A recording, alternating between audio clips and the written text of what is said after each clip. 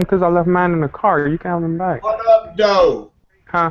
What up, though? We got the Here, you have them back. what show going on today. We're about to mute Jesse one more time, CC. Hey, I got CC 5 foot in the house. What's going on, lady? Hey, I'm good. And you? Good, I'm doing good. We got Jesse in the house. He about to unmute himself, I think, after he finished doing whatever he doing. I don't know.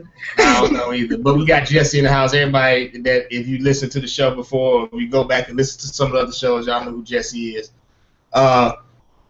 Something going on his end. But hey, look, so we're gonna start off like we always start off, promote some black businesses. I'm gonna go ahead on and talk about this one today. Let me share the screen with y'all so y'all can see it. Can y'all see that? Oh, my bad. There we go. Can y'all see that? Barbecue. Oh, Yeah. Yes. Big Man Barbecue. Oh yeah, you weren't on here last week, CC. That's right. I forgot about that. You was having twin niece and nephew. that's right. They're all healthy and just love them to death. I love them to pieces, man. Great. Jesse, when you get settled, man, take yourself off mute so you went off. We'll get it going though. We'll keep it going. Right. Big Man Barbecue. Again, that's my mom. That's my my big cousin. They out there barbecuing. You can call them at 313-932-8466. They cater all occasions. Very good food. Every time I come home, I make sure I get me one of them ribs. And nobody gave me the memo. What in the world? Oh, well, I thought I gave you the memo, but my bad. Yeah, you got to go. Hey, go on Pier. I know you don't like to go in Detroit. Go. Don't do me like that. Go on Puritan and Detroit people, I love you guys. and go on Puritan and Steele. Puritan and Steele. Steele is like a few streets over. I would say a few streets west of Myers. All right. Go on Puritan and Steele, and they normally there. The name of the place it's old Gibson's Lounge, but it's called Desmond's Lounge. I don't know if they changed the sign up top yet, but it's Gibson's Lounge. It's if the sign is still Gibson Lounge, that's where it's at. But they may have changed it, so look for Desmond's Lounge. And they be out there barbecuing every weekend, unless they have some type of other venue that they going to, like I don't know, some either they catering something or they're doing some type of show. Like they did the Highland Park summer thing that they had. They just the last time I was there, right at the beginning of the month, they did the Oak Park summer thing that they had. So they do those things. 313-932-8466. Big Man Barbecue, catering all occasions. Next gonna be Freedom Paper Company. Freedom Paper Company is a black owned. That's basically what they do. Toilet paper. They started a new office recently. Because they had to meet the demand. They was getting a lot of demand. A lot of people buying their stuff. So they do toilet paper, garbage cans, they light chemicals, a lot of stuff for commercial. But it is a black-owned business. They do hire black people in the black community. So we do want to because they, like I said, they hire in the black community. I'm not saying they don't hire white people. Quite sure they do. They do. Their business is based in the black community and it is black owned. So let's support that Freedom Paper Company. And here we go with the next one. The next one is I think I've shown Freedom Paper Company before, but I think I've shown this one before. It's Reality Speaks Bookstore, just a bookstore owned by black people. Basically black culture books, black history books, different things like that. Instead of getting your books from Amazon all the time, nothing wrong with Amazon, but sometimes just let's support our own from time. There's other companies out there, right? You're right. I'm saying let's support our own from time to time. And sometimes the books a little bit cheaper on here too. But you might not get that Prime free shipping, but you'll get it. You know what I'm saying? Hey Jesse, was you back with us? Yeah, I'm back. Can you hear me? Okay. Yeah, I got the I showed the Freedom Paper Company a little bit earlier. You seen that before? I think I showed that to you before, right? I'm pretty sure. Yeah, the Freedom Paper Company. That's that one. Now I'm looking at the Reality Speaks bookstore. Just a bookstore. Black history books, black culture books, just different things like that. They got DVDs, CDs. They sell music here. Like I was saying, just trying to have another outlet. You know, ain't nothing wrong with shopping with Amazon, but every now and then we can support our own and shop with black people that are doing something for the community. And then this last one that I'm gonna show is not really a business, but it is Ezra Kwesi. Dr. Kwesi and his wife is having a lecture here in Atlanta on November the 5th. Jesse, this is Dr. Kwesi is the guy that we was talking about a few weeks ago. Me and you, I was telling you you might want to look into going on his Egypt tour. Okay. And he's the guy that does the Egypt tour. But he's going to be here in Atlanta on November the 5th. I think the tickets are $35, and they're going to be lecturing. Very powerful African history lecturer and African religions also. So basically African history and religions. And like I said, he does some type of show. I mean, not a show, but some type of tour. I can't think of the name of the tour right now. I have to look it up another time. I'll show it one day when we're doing the show again. But he does a tour to Egypt every year. I want to say it's like somewhere between $3,000 and $5,000. I don't remember the price right offhand, but those are those things. So we definitely want to. If you in town, you want to see. If you know who Kwesi is, and you want to see him lecture, Atlanta, he's gonna be here 11/5, November the 5th. I don't know what day that is. Anybody know what? No, it's Saturday. Saturday he'll be at 11 a.m. He's gonna be right on the outside of Atlanta, like in Lithonia, Georgia, home of Eddie Long. All right, y'all. Look, what's the what show? Hey, so today I got an interesting topic. I'm gonna play a clip like I normally do, so y'all can talk about it. I couldn't get a clean clip of this. I'm not gonna show it. I'm just gonna play it so you can hear it. I really couldn't get a clean clip of the two girls talking. What this clip is going to be the two girls talking, but you're going to hear a guy come in and stop in the middle and explain what he feel like they're saying. That guy's going to be Tariq Nasheed. Any of you guys know who Tariq Nasheed is, right?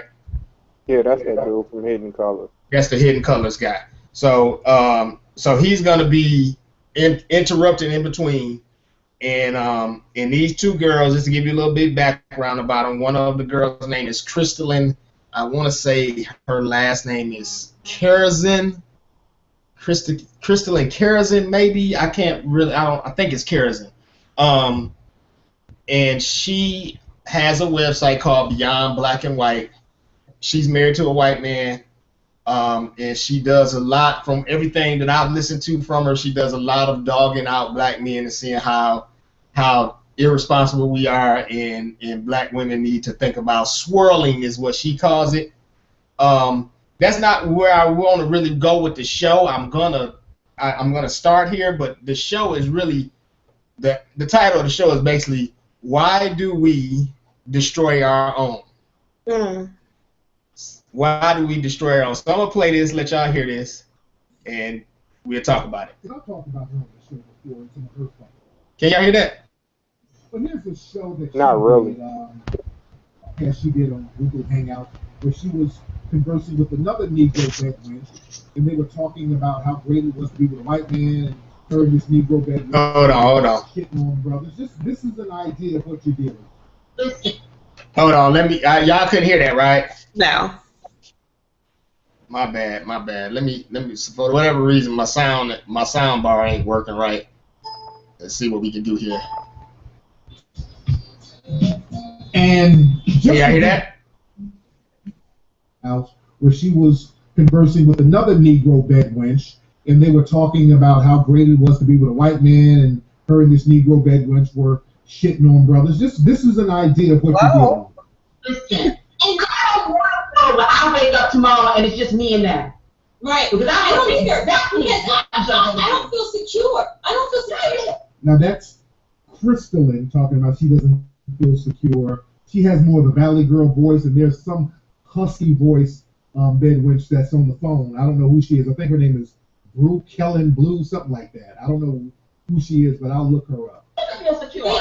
You can't feel you can't feel like these people are responsible. Look at how they act. I mean, here you have turning it around full circle. Here you have this white dude, this abstract white dude that you elevate just so that he can bring down, your quote unquote women, black women. Who the fuck? I mean, to me, it encapsulated what I saw happen in real time is probably what has happened for millennia. What is beginning? Yes. That they were so willing to sell women, sell black women to the highest bidder, so that they can look good, so they can get in, but they don't value. And this is to me, this is a psychic, this is a genetic flaw. Oh, now she's saying, this is Crystalline saying that there's a genetic flaw with black men who have sold black women out. That I'm seeing right now. A genetic flaw. Here's the deal, and I said this in one of my videos. The black men, they call women like you and me bed wenches. The black men suck more white dick than anybody. You cannot keep the white man's name out his mouth. You ask him about anything, and he's going to tell you about the white man. And my thought process is, well, since you're going to talk him up so much, now I'm interested. But you keep talking about him and how powerful he is. He won't let you do anything. He's keeping you from getting jobs. He's keeping you from getting an education. He's making you fuck black women and create babies that you walk away from. He's forcing you to be double dipping your dirty dick, pretending like you straight when you gay. So because this man got so much fucking power and he's able to kick your ass every which way but loose, now you got me interested. So you're the one who sent my ass over to the white man to find out what's going on there, because you can't fucking stop talking about his ass. Okay, that's enough. I'm done. Yeah. I can't take it. I was about to say, I been was done. I'm like, I just wanted y'all to get a gist of who this lady is, and I wanted y'all to get an idea of who this lady is or whatever. Like I said, she has a website called Beyond Black and White or something like that. BeyondBlackandWhite.com, something like that. Mm-hmm. Now, Tariq, they were talking about how the woman said, they call us bed wenches. Tariq called them bed wenches. His idea of what a bed wench is a woman, a black woman, not necessarily any black woman that just dates a white man or sleeps with a white man, but a black woman that sleeps with a white man and does what they're doing, which is talking about brothers or talking about black people, black men in a bad way, or like the Stacey Dashes of the world, those type. That's what he calls a bed witch. Again, the name of the show is Why Do We Destroy One Another? And the reason why I say this is because I like Tariq. I like what he did with the Hidden Colors videos and everything. So I ain't trying to dog him out when I say this, but even with them, even as confused as them two women are, in that sense, it's like, I mean, we still got to show love to our own, because no one else is showing love to us.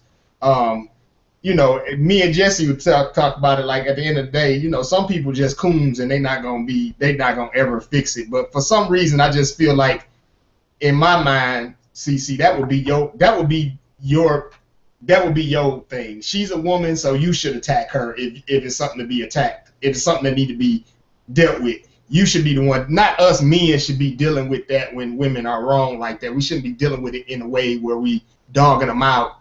It should be a woman that go after them and say, hey, y'all wrong, and this is what y'all need to fix, and blah, blah, blah. That's just my thoughts on it. But with that being said, just to start off with the first question, Jesse, why you think that these women feel this way about black men?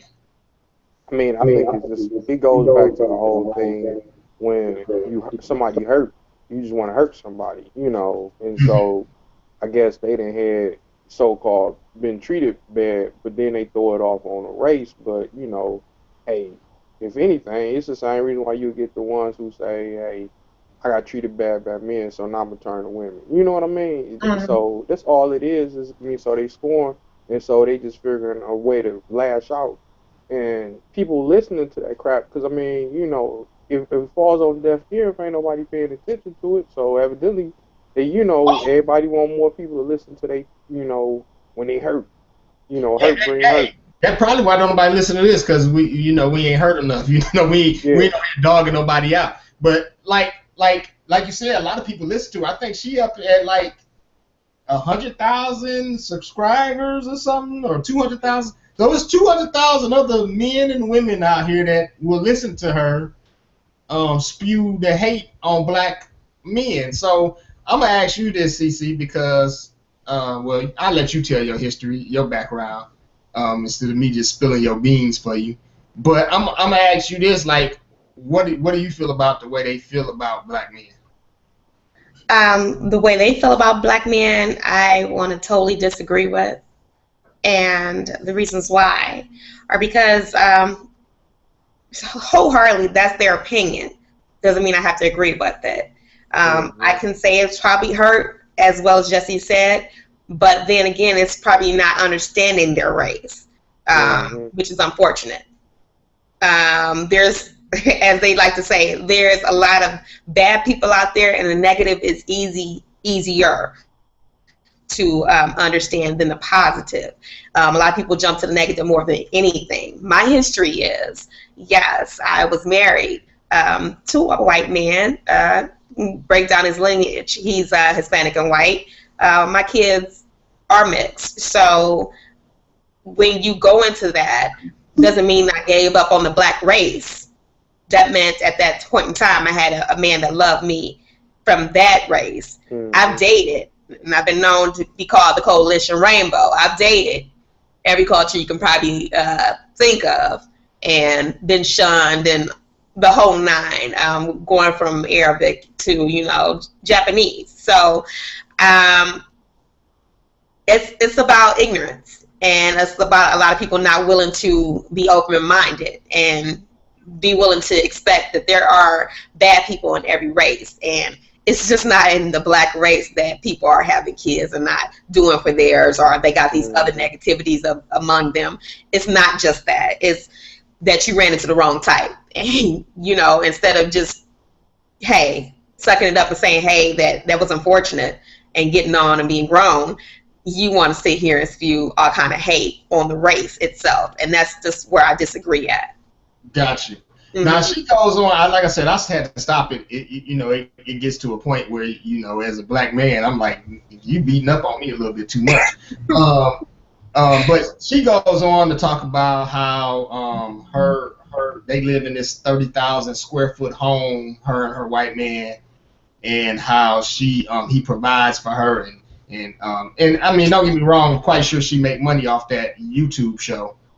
She got 30,000 subscribers, so there's no way she's not making money off that show. But the thing, and making money off the website. But the thing is, again, back to the theme of she destroying her own. It's like you cool with basically saying that. I mean, I'm quite sure she got black brothers or black people, black men in her family. I mean, maybe her dad wasn't around. I don't know. What I interject, I'm just saying she's willing to sell herself out and her soul just to sit here and make $1. You're saying because you're with this white man because he can provide, or are you with this white man because you don't have a mind of your own, and you're saying that your kind has pushed you to go to this white man? Like you get what I'm saying? All that ignorant talk. You have to have some more backing behind that. Did you love this man? Did you find that man was a person that you couldn't do without? That's reasons why I got married. Like, why I got in a relationship that I got into, or that man treated me nice, and, he caught my attention. It wasn't what I was seeking. It's what came to me. So when you have that, around, I'm wondering what her friends are like. I don't know what her friends are like. Obviously, the girl that she had on there is another YouTuber, but obviously she feels the same way, and obviously a lot of people out here that feel that way. But it's to go into another part of her story. I want to say about a week or 2 weeks ago, she had a guy on there. His name is the Veganator, he got a website where he talks about vegan stuff, and he's a white guy. So she had him on there because they were supposed to be talking about swirling. And swirling was supposed to be this, basically black women dating white men. And she was asking him about swirling, and he just basically went off on her and told her, I wouldn't date a black woman. I want white, women. Supposedly he had dated black women before, and I guess he had a bad situation. But the funniest part about it is that when it was all said and done, she made an apology. She took the video down with the Veganator. She erased that video. She deleted that one. Really? And she made an apology video. In the apology video, she was crying about how black men, white men, no men came to her rescue or came to defend her, and she was talking about how so many white men or so many men, black men too, were on the Veganator's page dogging out black women with him because she was saying how he didn't have a lot of views. He had made a vegan view and he only had like 93 views, but then he made a view, talking about his thing with her, and he had like over, so many thousands of views just off of that. And and it was just funny that she was saying that. It was almost like, it was almost like then she was saying, well, the white man didn't come help me and y'all black men didn't come help me. And she was dogging us black men for not coming to help her. But it's like, how do you expect somebody to come help you and you just dogged them out? So with that being said, we always dogging each other out, but then we want somebody to come to our aid. We want to go to the black community to get aid from them when it's all said, when it's said and done. Like, why? I'll give you an example. When I'm black. Hey, what about me? He just went against me. Hold on, wait a minute. Bill Cosby was running around doing all those speeches about how the black neighborhoods is messed up and all them crazy. They want us to rally behind him when, know. But when he went through his thing, then all of a sudden he wants somebody to rally behind him, and he was talking about how the black media, he was disappointed with the black media and all that type of stuff. And my question again is, why is it that we destroy one another? Jesse, why do you think we take the time out? Like, let's put this Colin Kaepernick thing. So many black NFL players are either not saying anything, or when they saying stuff like Rodney Harrison talking about, oh, well, he ain't black. Or they talking about, oh, well, he ain't, Jerry Rice talking about he's being disgraceful and stuff like that. Jesse, why do you think that we take the time out to destroy one another or whatever? Or in that situation, why do you think they doing that? Well, with those guys, I think most of it, it's like, so we go back to it where, did you see the like that OJ show, the OJ special they did? You talking about the 30 for 30? Yeah, that one. That was like I didn't watch it yet, man. I didn't watch it. I meant to watch it, and I ain't watching it. Well, it was a part on there where, remember when in the 60s when all the black athletes came together and they stood against about, racism and all this stuff, right? Yeah. And they went to OJ, and OJ said, man, I ain't black, I'm OJ, and I think that's what these athletes like, they get to the point where it's like they forget what they are, that they still black because the endorsements, the money, because OJ had just signed that deal with Avis, was making all this endorsement, and he was like, man, I ain't one of y'all, I'm bigger than y'all, because, they willing, am I willing to sacrifice my money for what's right? Not many of them willing to be Muhammad Ali, because a lot of them guys like Rodney Harris know if he say something wrong, NBC gonna fire him. He ain't gonna have no job next season, and so he trying to toe that line right, I got you. So with that being said, Cece, how you feel about that? How I feel about it is, it's funny when people think money establishes who they are. Like, at the end of the day, you're either black or you're white or whatever color you're going to be. But it's funny to me how some people don't define themselves as that when they have that stature behind them, like, you know, oh, I'm this person, I'm a public figure, or I have this much money behind my name, or my husband is this, so I don't know you guys. But then when something's done wrong to you and it's, oh, you know, my black community, nobody helping, I don't like that. That's ignorant to me. You have to recognize and be real that in this world, at the end of the day, we're going to be the color we're going to be. But you do not deny the color that you are. And for all those people that deny, they're going to have something to deal with down the line. It's always going to be a situation they can't get themselves out of. It's always going to be a harder situation because they made it that way. When you make things difficult, life is going to be difficult. I have to make sure that I toe both lines. I'm sorry to say that, but I have kids that are, you know, with a family that's, you know, two different sides of the family, black and white. You know what I'm saying? You have to make sure you have to be open with your kids, make sure they know who they are on both sides. I don't deny them of that. But when people want to deny their race completely is where I disagree. You have to be informed, because at the end of the day, a white person is going to call you a black or the N-word. We hate to say it at the end of the day. And then you want somebody to fight for you, but you've been hanging around them the whole time talking about what you're not and what you are. So, hey, it's not really about picking sides, but you need to know who you are at the end of the day, because it does count. Gotcha. They don't realize and recognize you for what you are. So yeah, so Jesse, it was interesting you brought up the Jim Brown situation. Jim Brown and Muhammad Ali and Kareem Abdul-Jabbar. I can't think of my man's name, the Olympians that did the Black Fist. I can't think of their names right now, but even with them, let's think about like with the Olympian that put his fist up, that did the Black Fist.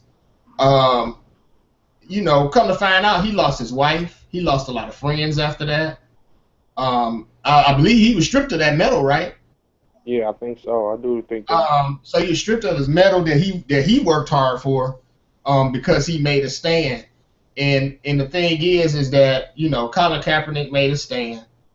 And the problem that I have with it is that black people, whether you agree with him standing up for the flag or not, black people, they have taken all the publicity away from why he's making the stand. Mm-hmm. What he said about why we all talking about him not standing up for the flag, but I mean he talked about police brutality, police killing people and still being able to go and collect a check. He talked about police. He said something about the police. A police officer gets less training than a person that has a person that does hair. Mm-hmm. You know what I'm saying? He said something got to change, and no one is discussing all those valid points that he brought up. So it makes me say, like, you know, even in the black community, why would those guys not even just discuss those valid points? We making it about him not standing up for a flag or not standing up for the Star Spangled Banner or whatever. But it's bigger than that. Like he said, it's bigger than football. And with you, CC, when you said, you know, you said something about, man, I forgot something you said. I'm gonna have to go back to it when it come back in my memory. I lost my train of thought there. But you know, it's just interesting that we got a situation where we got our people who are pretty much, we won't unite on anything, especially if it means we might lose some money. And that's what I was talking about, CC, how you was talking about the money. We won't unite on nothing if we feel like we're gonna lose a check, or we feel like this and that. We won't unite. It's like we running scared. And I will agree with old girl when she said this is like, you can't talk about the white man not giving you opportunities if you're not trying to make your own opportunities. So with that being said, what do you feel about, like, since it's hard for us to come together, how, you know, all these different ideas we got about black businesses and black banks and all this stuff, how is all that gonna work if we can't come together on just a simple, this dude sat down and he has the right to sit down if he don't want to stand up doing the Star Spangled Banner?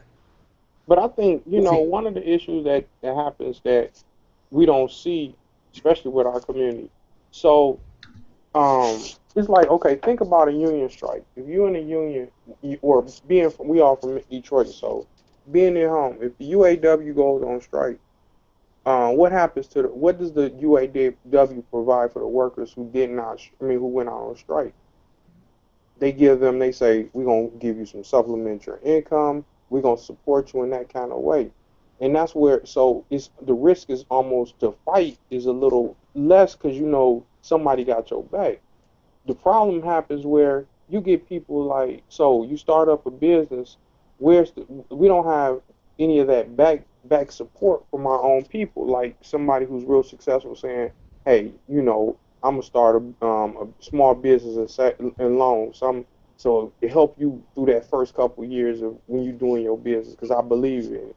Or somebody, you say, okay, you guys who out here, you college students who went, like the kids that was down there who started the Black Lives Matter down in the university, the one where they got that president fired.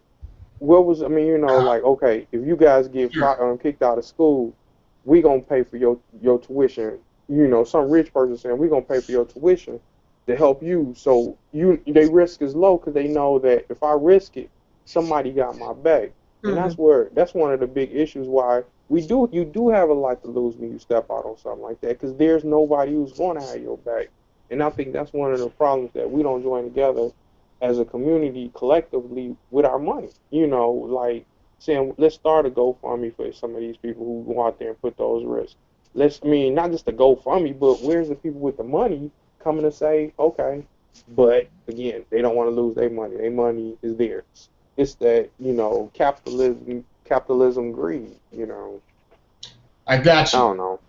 Now, I was listening to another guy that does a YouTube show. I listened to him, and he was talking about one time, he was talking about how there's this famous person that listens to his show, and they came to him and they said, look, I can't let anybody know I'm giving you this money. But I'm going to give you this money because I like what you're doing, and I like that you're giving information out to the community. So here's the money, but don't ever let anybody know I'm doing the money. Now, there's this saying that, money speaks louder than words sometimes. Where you put your money at, it speaks louder than words. But when you are influential, or you a person that's seen all the time, do you guys think, I'm gonna ask you this, CC, because you're going into media and stuff. Don't you think that when you're influential, not that you have an obligation, you don't have an obligation to do anything, but don't you think that when you're influential, you have a situation where if you speak, that speaks more volumes than if you ever gave any money? I think when you're influential, you have to speak. You have to take that platform and make it better than what it is. You got influential because of your talents, or because of your success, entrepreneurship, whatever may be the case. But you have to make sure you just don't be another millionaire that's sitting there running a race just trying to make more money and not giving a care about what goes on around them.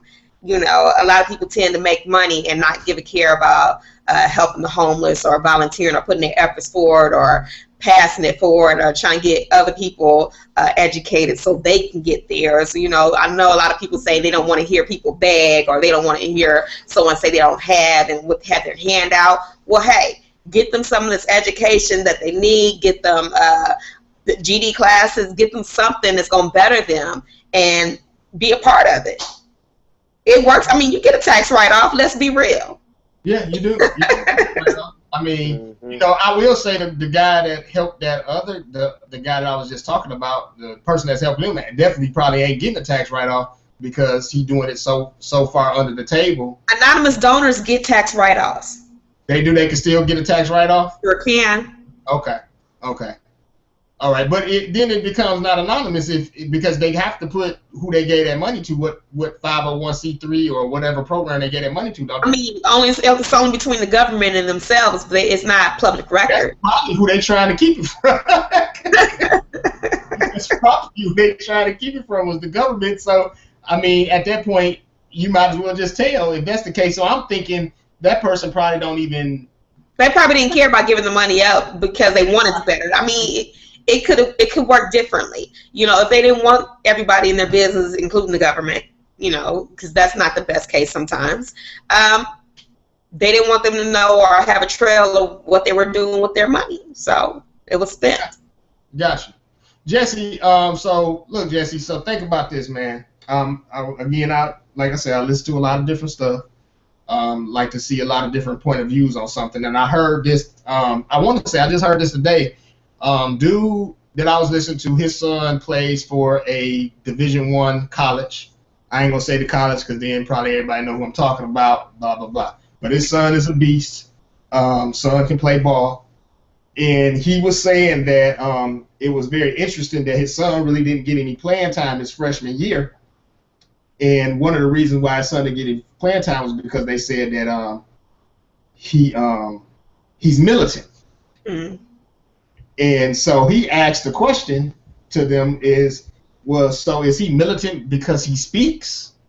Because he speaks up for himself? Because he hasn't brought a gun here. He ain't trying to start a coup at the college. He just asked you a question. Is he militant because he asked a question? So the guy went on to talk about how he feels like in the recruiting process of these players going into college, going into the NBA and stuff, that they look, you know, they know everything about you before they start doing that. And he was saying that he believes that they have gotten so slick with the recruiting process that we are not really seeing all of the best players in the world, because a lot of the best players in the world are the ones that would speak up, like the Muhammad Ali's and the Jim Browns, and they're putting them in the background like, we can't mess with this one. What you think about that, Jesse? You think that might be true? I mean, I don't know. I can't go that far with it. I think that just looking at talent-wise, I think that colleges do look for character-wise. They looking for somebody to fit their system. And I think you might not get the most talented player because they need a little bit more rough edges around them that, you know, need to go. But, I don't know. I can't go there. I think a lot of times with sports, you know, it's all about, it is about, you can't be an athlete even on any level until you probably make it to the big leagues and be somebody who think you know more than the coach. You know how it is. I don't know. Now, I know of a situation. I get what old boy was saying, and I know of a situation where there was a guy that was like, he had like a GPA, like 1.5 GPA. There was no way he was going to even graduate high school. And the coaches from a major college was telling the athletic director or the athletic counselor, the academic advisor on that team, he was like, if you can get his grades up to a 2.0 and help him pass the SAT, we'll give you a job at LSU. Mm-hmm. That's how bad they wanted this cat, right? I said the school. I wasn't trying to say the school. My bad. But that's how bad they wanted the cat. Like, and so it becomes a situation where okay, I get what he's saying, but maybe they felt like that dude wouldn't speak out because once they'd done all that for a dude, you almost a slave to him at that point because you basically owe him. But it's just interesting that we don't have a lot of players. I just thought it was interesting him saying that because his son is a top-notch player, and in that we don't have a lot of guys that will speak up. In the NBA, you only really got one guy that spoke up about anything. It's like the women got more balls than the men a lot of times in our community. I don't want to talk about athletes, but they ain't like the smartest guys in the door now. Not to be funny, but a lot of them, they're not really thinkers. They know how to play on the court, but so the people who see society and see the things going wrong and want to be activists, those would be some people who, spend some time thinking. A lot of them athletes, all they focused on basketball, and they get through high school, all they focused on was, that sport and that athlete. So they come oblivious to a lot of this stuff. So, I don't know. You find very, very few, like, real, truly scholar athletes making it to the next level to be those vocal people. I got you. So, CC, you still with us? Yes. Okay, I just, your face gone. I can't see your face no more on the thing, so that's why I was asking you. Thought maybe you had something happen over there. So, I mean, what do you think about what he just said? I mean, because now we getting into a situation. I get what you're saying, Jesse, that a lot of them ain't scholars, but I mean, I get that, but I mean, I get it. I'm trying to get out what I'm trying to say without necessarily saying they're not scholars, but so many of them, I mean, they go to top-notch schools. They get most of them. I mean, like you got Shaq, who has a doctorate. But Shaq can A lot of tell people you say too he was when he stupid. was. What he tell? I mean, if he ever talk about, he said he just farted around college. You know what I'm saying? It wasn't like he was there doing. He did a lot of that because his mom and he had a stronger home and they put that in him. A lot of them cats, man, they don't be in school. Their job to go to college is to play basketball. That's it. They live for it. They live for the sport. They're bred. And so Some people are they bred don't care. They're not thinking. I mean, I get that. I mean, I know for a fact that, well, I ain't gonna say I know for a fact. Let me take that back. I don't know for a fact. I've heard through the grapevine that one of the main reasons that they were pushing for LeBron to go straight to NBA was not just for the money situation, but was also because he wasn't gonna be able to pass the SAT. Yeah, and I heard something like that too. I mean, but again, look what Like I they said, did I to him don't all know throughout. that. Think about his high school life. Imagine him being in your class. You got in the ninth grade. You got this kid. They tell you going to the NBA. You ain't gonna challenge him and flunk him. You like, oh shoot, dude, turn that work in next week. Get old boy to do it for you. You know what I mean? And it does a disservice to them, to the athlete, because they don't get, unless they got somebody at home who don't buy into that you the next superstar and saying and teach them how to, be a scholar and an athlete. And I'm like, it don't happen. That's one reason why you don't see a lot of them to speak out, because a lot of them ain't that. I mean, not to be funny. I mean, I ain't talking about no athlete, but a lot of them cats ain't really that smart. Until I was gonna say. Go ahead, CC. Go ahead. That was funny. Wow. I was gonna say that when I was in high school, I did date an athlete, and I dated somebody else too. We're not gonna talk about that, but I dated an athlete, and the coaches do bend over backwards to make sure they stay out of trouble, to make sure even out of school hours that they're still there. Their phone numbers were like 24 hours for these coaches.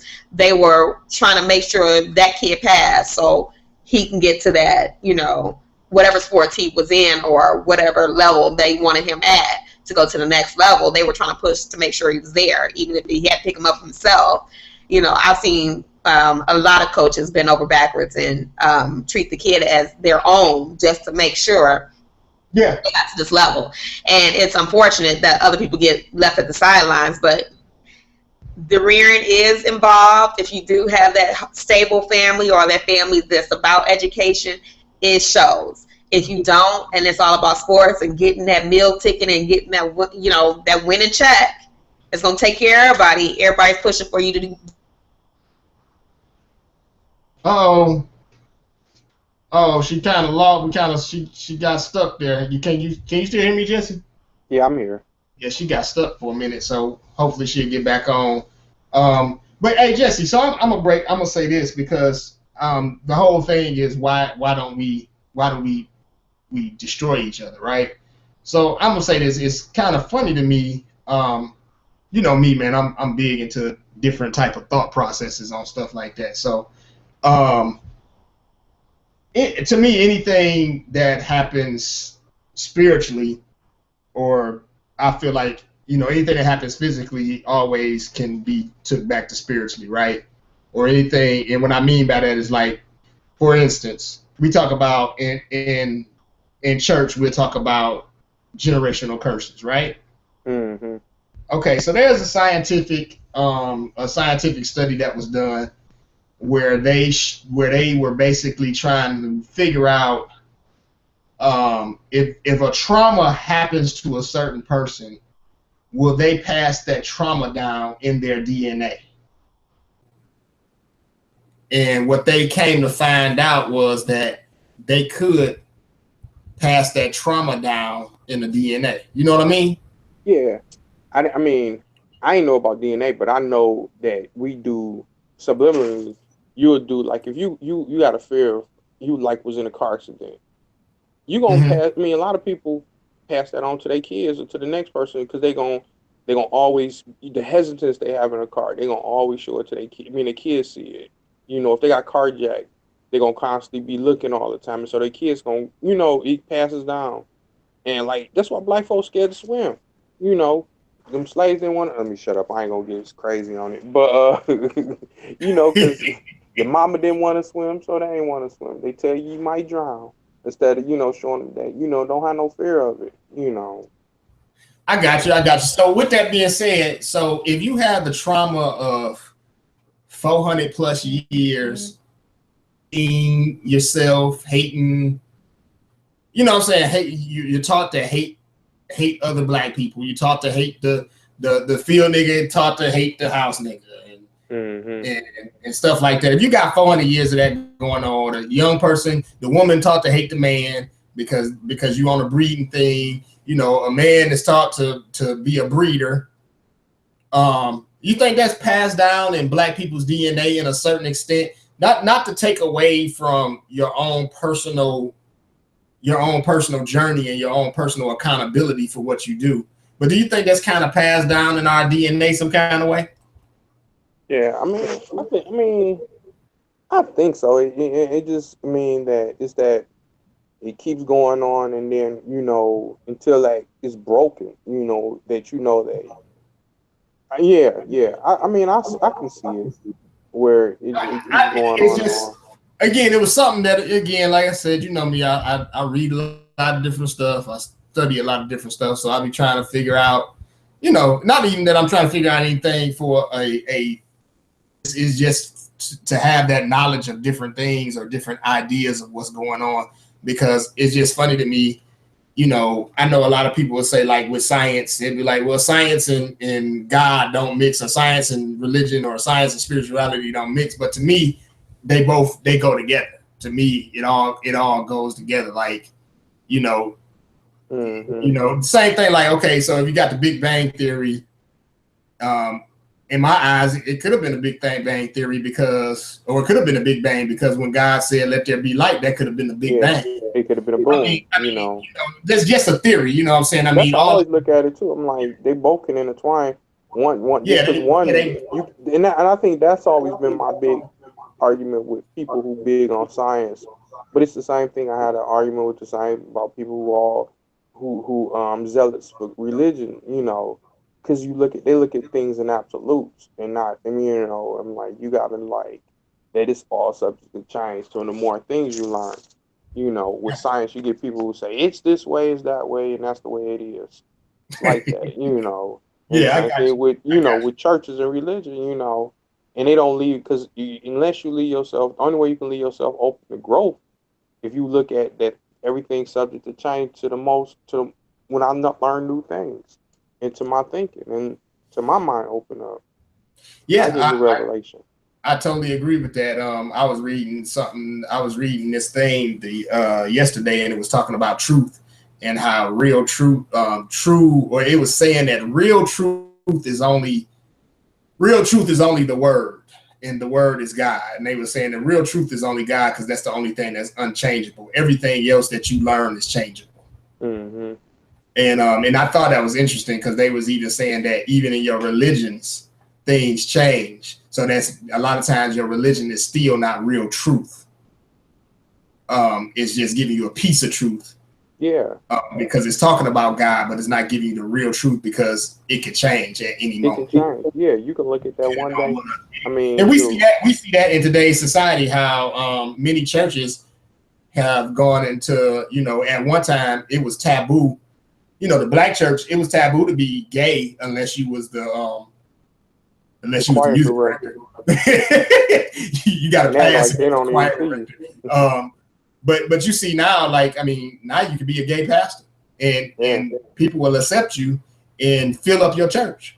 Yeah, And so, I ain't saying all that stuff. All I don't agree with all that, but I mean, hey, yeah, you do. Yeah, but there was a time when that wouldn't happen. So basically, there's a truth that has changed, there's something that has changed in within Christianity, which is, you know, and a lot of Christians say that ain't true Christianity, but I mean, those people that go there consider themselves to be Christians, so you can't tell them that they're not true Christians because they feel like they're true Christians. Again, I mean, that's that part of it. So Jesse, because I think old girl, I think she got stuck out. So yeah, she peaced out on you, dude. Yeah, she peaced out on me. I'll holler at her though. No, I'm just playing. She cool. Her phone probably went out or whatever. Her stuff probably went out. But just to end it off real quick, what, you know, we try to get some solutions. What do you think is some solutions to us starting to try to work together more, or, you know, and when I'm saying solutions, I ain't talking about, you know, I'm just saying even just in a small dose of what we probably could do. I mean, something, you know, either one of me or you, we ain't filthy rich, you know, we doing okay for ourselves. We making it. But yeah, I mean, I think what can we do? Give me some ideas of some things. It go back to what you do. The only thing you can do is affect right now is your circle that you with. And you find people to support. You find people to do right. You find people to help them, even if you don't have to totally be in agreement with them, but people sometimes just need to know that you got their back, or that somebody, regardless if I agree with you or right, regardless of, you know, I'm gonna still be there for you, regardless. Yeah. You know, I love you regardless. You know, and I think that's what, I don't always have to share my opinion or my disapproval, my approval, but I gotta let you know that I'm here for you. I'm there. You know. And I think we don't do enough of that. And, you know, it's that we quicker to tear each other down, but we won't just stand next to somebody, or, you know, a brother going through something, you know, they don't even, you know, they just let you go, you know. And I think that was, I know we always talk about, like, with the church stuff. I think that's always been our big issue with, like, church people, that it's the same way. They don't, I mean, it's, you know, you got to join together. You got to support people regardless of what you think about it. You know, and support don't mean I agree with you. Support just means I support you. Yeah, you know, I'm gonna see you through it. Yeah, and you know, the funniest thing, you know, about what you said is, we always talk about the church folks, but you know, the quote unquote conscious community, they do the same thing. The hoteps, the RBGs, the Israelites, the IUC, the whatever, all them different things that they got going on, and they do a lot of that arguing between one another. Sometimes it's debating, and ain't nothing wrong with debating two different things. Nothing wrong with nothing wrong with debate, but when you start getting to the point where you arguing with each other, you downgrading one another, it is becoming dangerous. And the fact of the matter is, at the end of the day, the issue is that the Black community is still going through some of the same things that they've always been going through. Kareem Abdul-Jabbar said this. I'm paraphrasing it, but he said that the sad part is that we're talking about Colin Kaepernick not standing for the Star Spangled Banner, but he's not standing for the Star Spangled Banner for the same reasons that Ali, and he named the I just keep his name keep escaping me. But he named the Olympic guy, the guy that put his black fist up. Right. He said he's still talking about the same injustices over 50 years or 50 years later or 40 years later or whatever. And he said that that's the problem that we really have to deal with in America, is that we still talking about these same issues. And you know, me and you are a little bit different on this thought, because like you just said, where we don't agree with each other all the way, but we support one another. But we a little bit different. You know, my thought is that, you know, Black people gonna have to stop thinking that America is gonna do anything to help us. I mean, we gonna have to work within this system and do our best to separate ourselves the way we can. It ain't gonna be in one generation. because it didn't really take one generation for us to integrate, and we still not fully integrated in the sense of being able to have the same, the same type of things. But it's almost like, even though we got to learn from the past. So it's almost like when we had our own businesses and all that stuff, like back in, the Black Wall Streets and the Rosewoods and stuff like that. We had our own black businesses and we were all working together. The one thing we didn't have was a militia. Yeah, you didn't need to. You have a military force. So when you don't have a military force, anybody can come into your community and destroy it.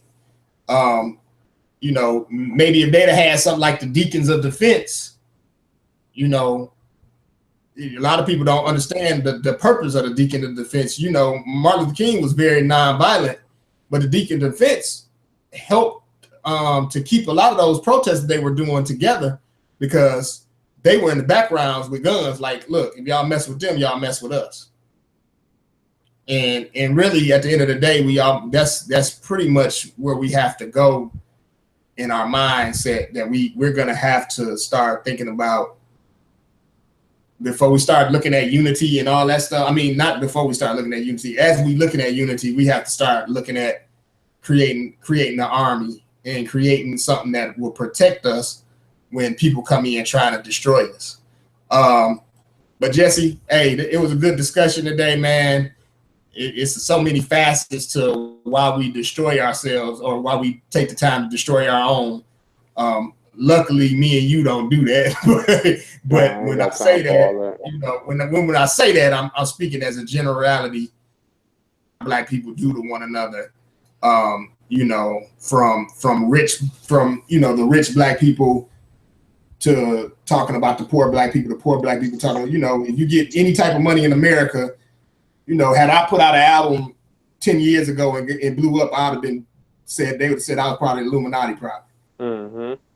You know what I'm saying? So, and it's almost like we got to find something wrong with what somebody else is doing in our community, instead of embracing what they're doing and saying, hey, let's try to work with them. And it just keeps us separated. It keeps them not wanting to work with the folks that don't have as much as they have, and then it keeps us not working together also. So, hey man, I appreciate you getting on here with me. Oh, no problem. You know what I'm saying? You have a good one. We'll get back at it next week, talk about something else. You got any parting words? No, I'm straight, dude. All right then. Hey, What's the What Show? We out until next week. Holla back.